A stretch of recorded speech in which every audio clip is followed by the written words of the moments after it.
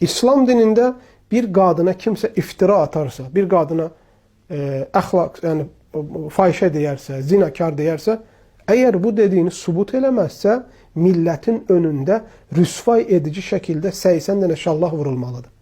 İslami hökmdə belədir. Hətta insanlar qadınlara artıq söz deməyə cəsarət eləməsinlər deyə. Həmçinin İslam dinində baxsaq, bir qadını müdafiə eləyərək, bir kişi zövcəsini, qızını, anasını, bacısını, bir qadını müdafiə eləyərək ölərsə, İslam dinində ona ölü deyilmir. Nə deyilir? Ona şəhid deyilir. Sən bir qadını müdafiə eləyərkən ölərsənsə, İslam dinində sən şəhid rütbəsini alırsan. Şəhid məqamına ucalırsan Allah Azze və Cəllənin izni ilə. Əgər bunu təbii ki, ixlasla etmiş olarsansa.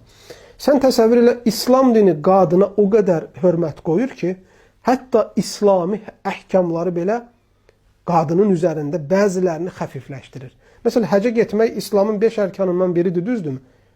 Amma qadının yanında məhrəmi yoxdursa, hansı ki, yolda qadına kimsə sataşa bilər, kimsə taciz eləyə bilər, kimsə təcavüz eləyə bilər, kimsə nəsə zorluq tətbiq eləyə bilər. Bu şeylər olmasın deyə qadının adı, iffəti, namusu pisliklər tərəfindən ləkələnməsin deyə qadının həcə getməsi üçün məhrəmi də onunla getməsini şərt qoyur.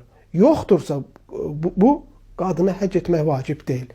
Baxsan İslam düsturuna, İslam konstitusiyasına, dul qadınlara və yaşlanmış, işləyə bilməyən, rızqısını qazana bilməyən qadınlara dövlət büdcəsindən dövlətin onlara baxması vacibdir. Tarix boyu İslam hökmlərində belə olub.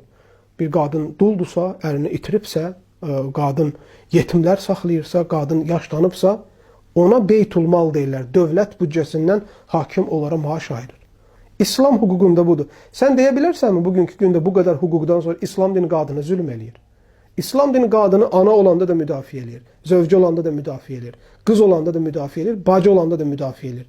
Hətta kişilərdən daha çox müdafiə edir.